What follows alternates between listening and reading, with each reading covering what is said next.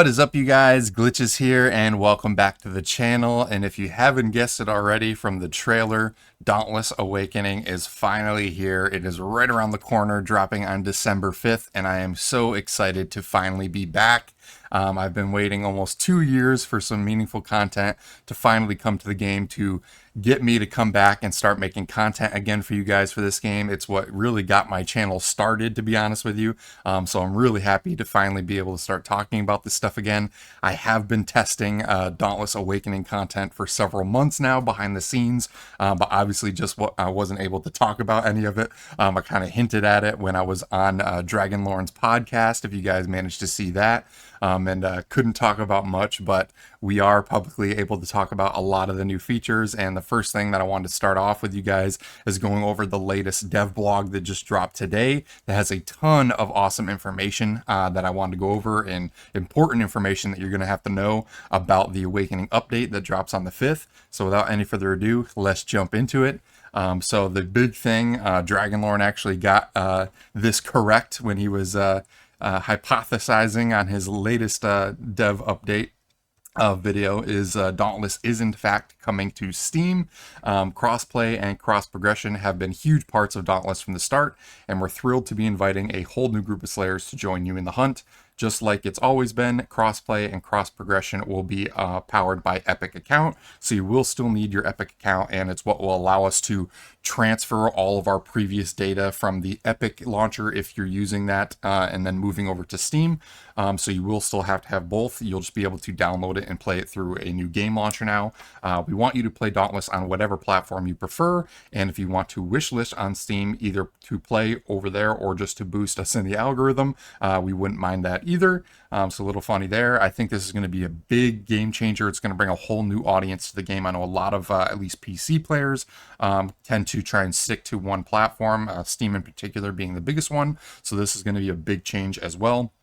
Now that we've answered the biggest questions, there are a ton of other questions we've received around what the experience will be like for existing Slayers moving into the post-Awakening world. First up, there will be some scheduled downtime on December 3rd at 10 a.m. or 10 a.m. PT. If you've got any unfinished business for the season, now's the time to take care of it. One major last chance is with regard to Reforges, as the Reforge system will be retiring at the end of the season completely. For those of you that don't know, the way our armor and weapons get upgraded in the Awakening update is completely different than what we're used to. It's totally changing.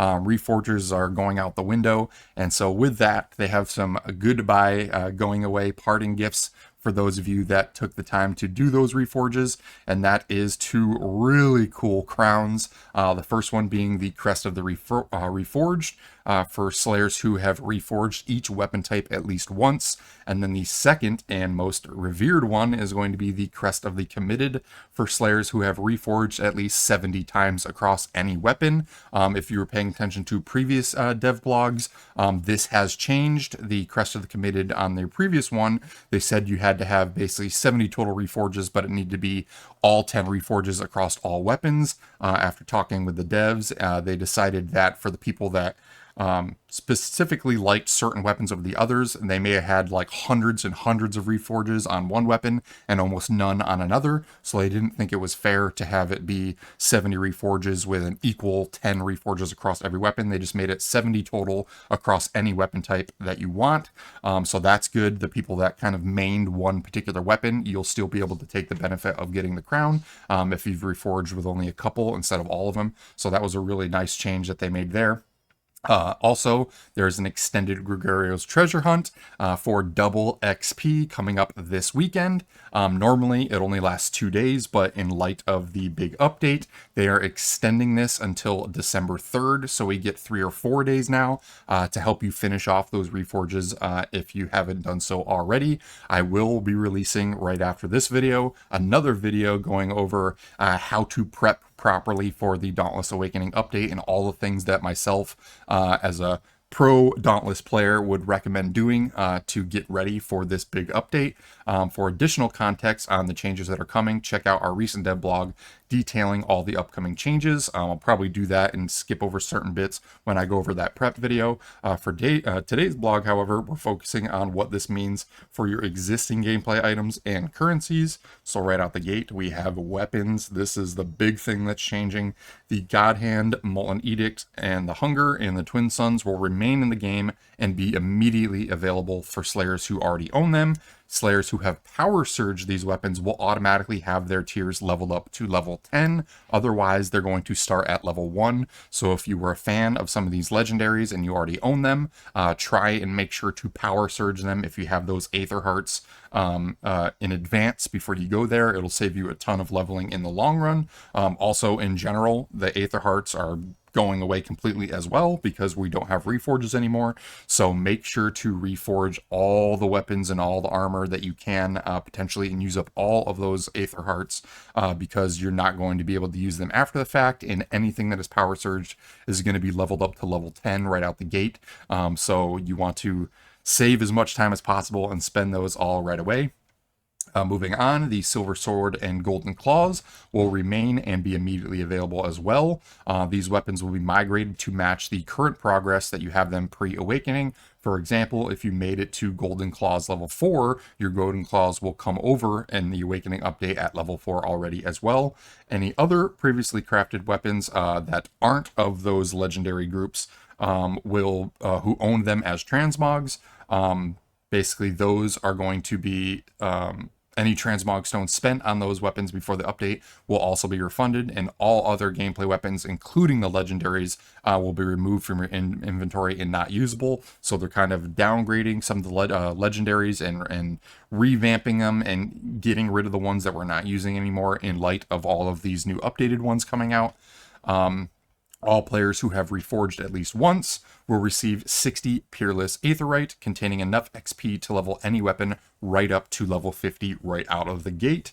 Players will also receive a number of weapon tokens for a head start on obtaining the new gameplay weapons based on their inventory before the migration. For every 20 gameplay weapons you have crafted, you will receive 100 weapon tokens. A weapon that has been Power Surged will receive double that amount, and there is a maximum of 500 weapon tokens that they're going to be handing out to everyone. That will be granted for having, and this is an example, 100 gameplay weapons or 50 Power Surge weapons, or a mix of both.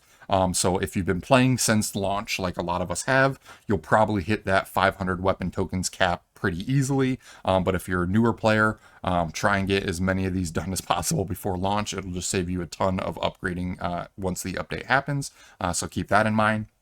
Moving on to armor, players who already crafted the 3 exotic helmets, which is the Skullforge, the Prismatic Grace, and Tragic Echo, will have them unlocked as transmogs, and any transmog stones spent on these items will be refunded. The armor themselves are being removed from the game and are no longer equipable, so those 3 exotic helmets are going bye-bye. All other gameplay armor will remain in the game and usable right away. With armor changing to a leveling system up to level 20, any armor that has been Power Surged will automatically be upgraded to level 10. Otherwise, it will start at level 1. So that's going to be one of the things I talk about in my prepping video. Any of your key armor pieces that you want to use in your main go-to builds, make sure that they are all Power Surged before the update, because it's going to save you a ton of time leveling once the update finally drops. And then moving on, this is a big one. Lanterns have been changing. Gameplay lanterns with unique effects are completely being removed from the game, as has lantern crafting, with many of the effects moved to be a part of the new weapon system. So all of the weapons now are going to get unique abilities in exchange for having multiple different types of lanterns. As a result, all players will now have one basic lantern and will customize that lantern with transmogs as before, but now from the customized Slayer screen. Any gameplay lanterns previously crafted will be available as transmogs, and any transmog stones spent on these lanterns will be refunded to the player. So we no longer have multiple types of lanterns. Everyone is just going to have a basic lantern that you can change the look of, obviously, with transmogs, but all of the abilities that those lanterns used to have are now going to be tied into the weapons and the armor and things like that. So it's going to be coming, those buffs are going to be coming from a little bit different area now, which is kind of neat. And you won't have to rely on the lanterns as much. Moving on to hunt passes, this is big. Returning to the world of the one true hunt pass per season that lasts only for the duration of the current season. For more on the future of the hunt pass, check out our recent blog post. As a result, all vault passes and event passes, everything other than the Slayer commission passes, will be retired and no longer offered in the future. Items from them may appear over time in other sources like the stone or store for folks who have missed them. For anyone who still has purchased but uncompleted vault or event passes, we'll have them auto-completed as part of the update rollout. I know I have a few of them that I just got for free that I never ended up completing, so it's cool to see here that they're going to be auto-completing all of them for us. Please note that for technical reasons, you still need to go through the hunt pass screen and claim all the rewards manually, so it will say completed. You just have to switch to each individual one and just hit that claim button at least once to get all the rewards from them. Like you would if you're completing them yourself normally. This auto completion does not apply to the currently active Slayer Commission Pass. At the end of the season, it will expire like any other, and you will only receive the rewards up to where you had reached. So keep that in mind. Moving on to cells, this is probably the biggest change. The following cells are being removed: Etheric Attunement, Etheric Evasion, Bloodless, Conditioning, Fleet-Footed, Impulse, Invigorated, Mender, Rage, Shell Shock, Resist, and Zeal. For Slayers with any of these cells, they will receive Cell Cores, which can drop any of the remaining new cells. +1 cells are being replaced with a Cell Core containing 2 cells. +2 cells will be replaced with a Cell Core containing 3 cells. And +3 cells will be replaced with a Cell Core containing 4 cells. In addition, all cells are now only +1 as they become more of a supporting part of the perk economy, which as a result, for cells that are remaining in the game, players will receive per +2 cell 2 of the original base cell, and for a +3 cell will receive 4 of the original base cell. And the reason why this is important is because at launch, all cells will be unequipped from your existing weapons, armor, and lanterns to allow you to implement them how you wish into new armor systems. And if you read the previous blog post, you would know that these cells are now one-off use. Once you equip a cell into a piece of armor, it is locked in, and if you decide to change that cell later on and remove it, you will actually lose the cell completely. So cells are now going to have to be farmed just like consumable items and things like that. It's not going to be like how it is now, where you just have 2 of every type and then can equip them and unequip them whenever you want. They're basically going to be a one-time use item. The bonus to that, and if you read the previous blog, you would know this as well, is that you can now find cells in patrol chests. So patrol keys are going to be really important now as well. It's going to be one big way of farming cells moving forward. When you go into a hunting grounds, for example, where if you're in the main menu and you see the list of all the behemoths, for example, that are going to be spawning in that area, another tidbit of information that shows up in that dialogue box is also going to be the type of cells that will drop in the patrol chest for that hunting ground. So if there's a specific type like technique or power, things like that, a specific type of cell that you're hunting for, you're going to want to check on the hunting grounds data sheet to see what type of cells drop from patrol chests in that area, and that'll kind of give you an idea of where to farm to get the ones that you might be missing if you run out of them or just need more in general. So that is something to look forward to and to keep in mind as well. Moving on to questing, with so many systems and features changing in the update, we've decided to have everyone start back at the beginning in terms of the main quest, so even legacy players can be introduced to these new systems and context. Importantly, you will not be losing any items or other progression other than that which you have already detailed above. Consider the quest reset a tutorial on what has changed. Legacy players who have Reforged will also be able to get through it fairly quickly due to the aetheryte you'll receive in the migration process mentioned above under the weapons. So this is going to be like a rehash of the new mechanics. They did revamp all the story. All existing Slayers will load into Ramsgate after the update to find Marcus waiting for you with a welcome back and quest to head to the training grounds. From there, you will quickly learn about the new progression systems via the updated main and side quests. You will need to unlock access to the island's modes, behemoths, and gear crafting via the new progression, rather than having them all available from the start. No progress on rumors or other remaining side quests will be lost, although you may find objectives have been updated to make sense in the new world of the game. Any Slayer who has already completed the Rolling Thunder side quest but hadn't yet unlocked and crafted the Tempest Omni Cell will be granted one, as it now comes from that quest. Any Slayer who has already completed the Mother Knows Draft side quest but does not have the rumors for the Field Rigged Battle Mask or Field Rigged Battle Plate will be granted the initial unlock for the rumors right away. So that's a good thing to know. Basically, all of our Omni Cells and things like that are going to be tied through these questing now. And if you've already completed them, you should be getting them right out the gate. Moving on, Middleman cell cooking slots. This was a big one that I talked to the devs about. The Middleman is leaving Ramsgate and he's taking cell cooking functionality with him. Any player who had purchased one or both of the premium cooking slots that were available will receive 25 patrol keys per slot owned, which will be useful for farming new cells from the new targeted patrol chests on the island. Now, before everyone gets upset, yes, I know that the extra slots that we purchased back in the day, a long time ago, for the Middleman cost 500 platinum each. So in theory, that's like almost 1,000 platinum that we're going to be losing. But if you read into it a little bit deeper, the reward that we're going to be getting is 25 patrol keys per slot now. And those 50 patrol keys are actually the equivalent amount in platinum of what the patrol keys are going to be worth now in the store. And the reason they can't do it is because of the extreme price variances across different regions. So they wanted to make sure that they gave someone something of equal value. And even I was kind of skeptical in the beginning, saying like, oh, patrol keys doesn't really sound like a fair trade, but realistically, patrol keys are actually a lot more useful now too, because of the thing I mentioned before about cells. It's not just going to be bounty tokens and rams and stuff in there now. We can actually get some really beneficial things like cells, which we're going to constantly be needing now too. So you're going to need a bunch of patrol keys to basically make our builds viable in the long run.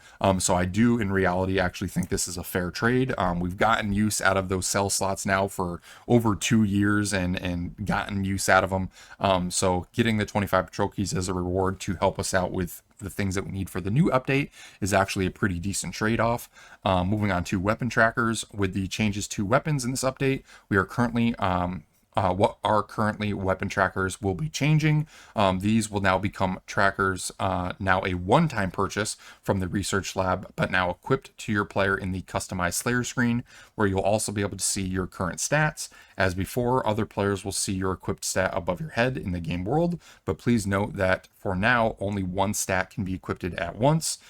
For the players with existing tracker data, we will take the following to be your new starter value: biggest hit, longest glide, highest set values across any existing tracker, fastest heroic escalation completion, fastest Dauntless trial completion. It will be the lowest set value across any existing tracker, and then all others, wounds, parts, dogs, pets, etc., all set values across existing trackers will be combined. And then coming down to the final few things here for Slayer links. Slayer links remain in the update, and existing links from before should remain as well, but please note that your reward pool will be re-rolled to match the items and currencies that the new game world are going to offer.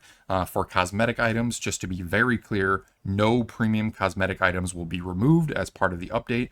All of your flares, banners, emotes, arrival titles, crowns, etc. will be right where you left them and now equipable per loadout.